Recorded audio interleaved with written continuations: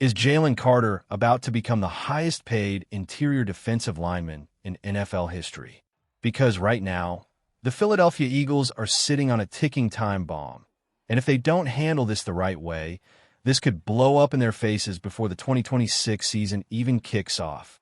Before we dive in, smash that subscribe button if you want the fastest NFL updates on the planet. Let's be real for a second. Jalen Carter is not just a good football player. This man is a walking nightmare for opposing offensive linemen. He is one of those rare human beings who can completely take over a game all by himself. And right now, at mandatory minicamp in Philadelphia, he is right there on the practice field, doing one-on-ones, running through drills, but the moment team drills start, he walks off. He is not participating. And that right there should tell you everything you need to know. So here is the question you need to ask yourself. Is this about his shoulders, or is this about his money? Because both answers are completely valid. Last year, Carter battled through multiple shoulder injuries that clearly slowed him down. His overall PFF grade dropped to a 61, which is nowhere near the level he played at in 2024 when he was an All-Pro. The Eagles absolutely do not want to walk into training camp with their most dangerous defensive weapon already banged up. That makes total sense. But here is the other side of this coin. Carter is extension eligible right now. He knows it. His agent Joe Rosenhaus knows it.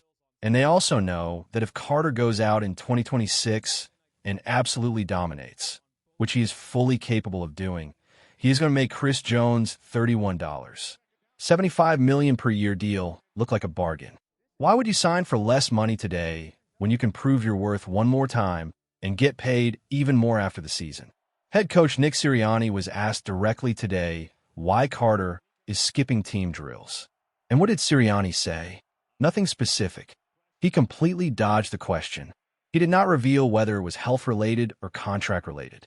And honestly, coaches never show their hand in these situations. But the fact that he gave zero explanation, that tells me something is cooking behind the scenes. A deal could be closer than anyone thinks.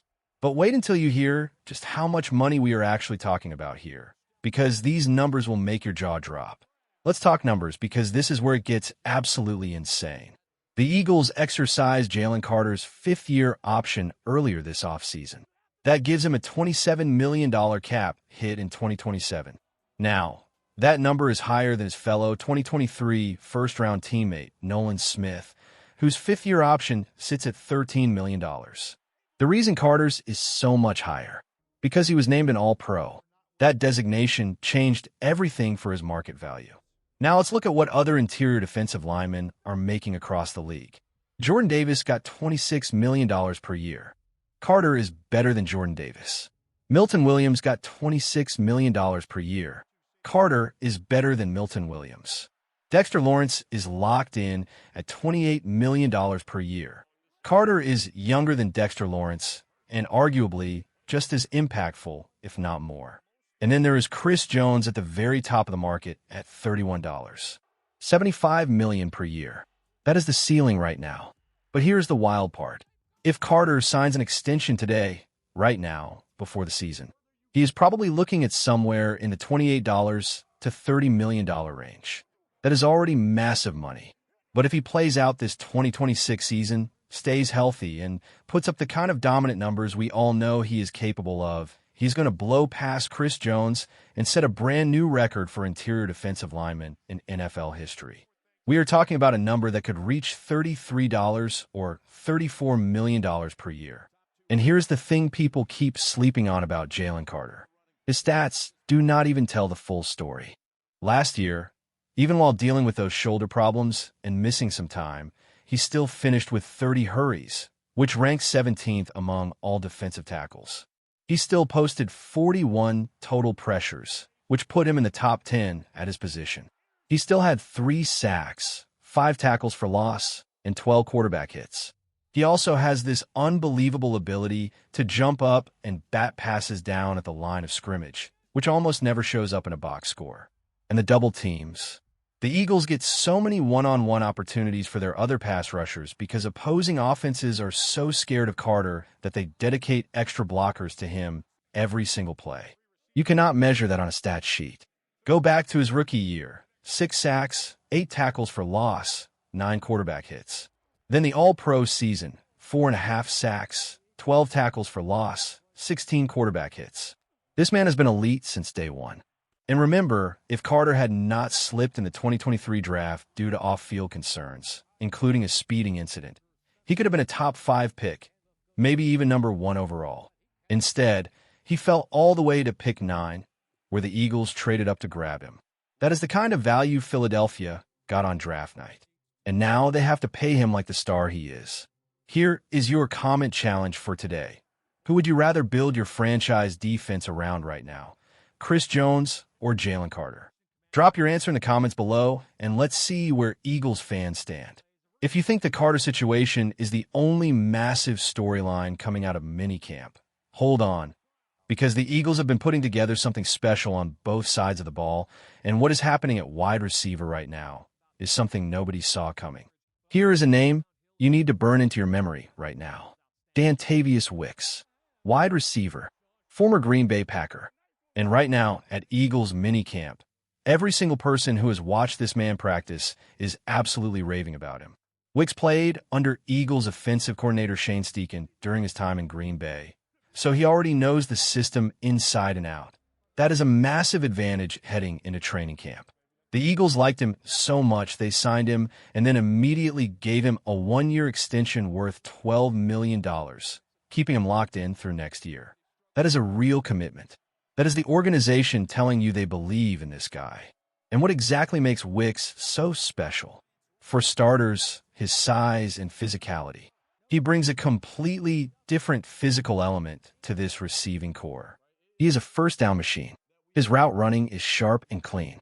He is also a fantastic blocker, which fits perfectly with what the Eagles want to do offensively. Cornerback Quinyon Mitchell, who has gone against Wicks in practice and in games when Mitchell was with a different team, flat out said this guy gives him real problems. But the highest praise came from Sirianni himself, who compared Wicks to future Hall of Famer Keenan Allen. Sirianni pointed out that Wicks has this rare ability to get in and out of his breaks with incredible efficiency, and he is also tough to deal with at the line of scrimmage. Keenan Allen was one of the most technically precise route runners of his generation. If Wicks can bring even half of that to this Eagles offense, Philadelphia just found themselves a real weapon. Speaking of weapons, the Eagles wide receiver room has had some turbulence lately, and what is happening at that position is something every Eagles fan needs to pay attention to heading into training camp. Let's run through everything else that went down at mandatory minicamp, because there's a lot to break down here. First, the quarterback backup battle. Nick Sirianni said clearly that the Eagles are in absolutely no rush to name a backup quarterback this spring. The competition is wide open. Andy Dalton has been getting the majority of the work as the primary backup to Jalen Hurts, especially when media is present. But Dalton has been struggling. He threw multiple interceptions yesterday, and today he threw another one that was picked off by corner Ambry Thomas. Today it was Tanner McKee who stepped up as the QB2 during practice. And honestly, at this stage of Andy Dalton's career, McKee looks like the better option. This backup quarterback battle is going to be must-watch television throughout training camp and the preseason. Next up, Rick Woolen. The former Seattle Seahawk is 4 years into his NFL career, and he has been absolutely electric this entire spring. The man is 6'4" with ridiculous length, runs in the 4.3 range in the 40, and plays with the kind of physical swagger and attitude that fits perfectly in Vic Fangio's defensive system. Today, he picked off Jalen Hurts on a pass intended for Dallas Goedert. And then, later in practice, Vic Fangio called his number on a blitz, and Woolen went in and sacked Hurts. This Eagles defense is not messing around. And speaking of this defense as a whole, it has looked absolutely elite all spring long. With the depth they have, the star power, the veteran experience, and the young, hungry players mixed in, this could legitimately be Vic Fangio's best defensive unit since he arrived in Philadelphia. Here is the insane part. The Eagles are ranked 31st in total team defensive spending, second cheapest defensive unit in the entire NFL. And yet this group looks like one of the best in the league.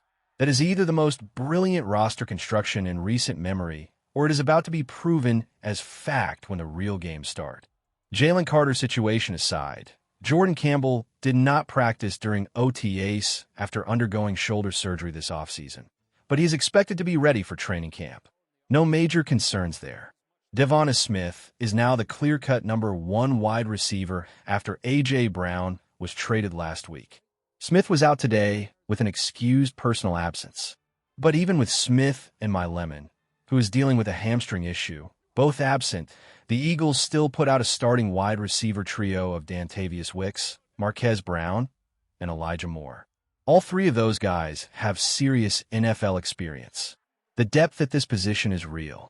Johnny Wilson was not part of that starting trio today, but he has had a very strong spring overall.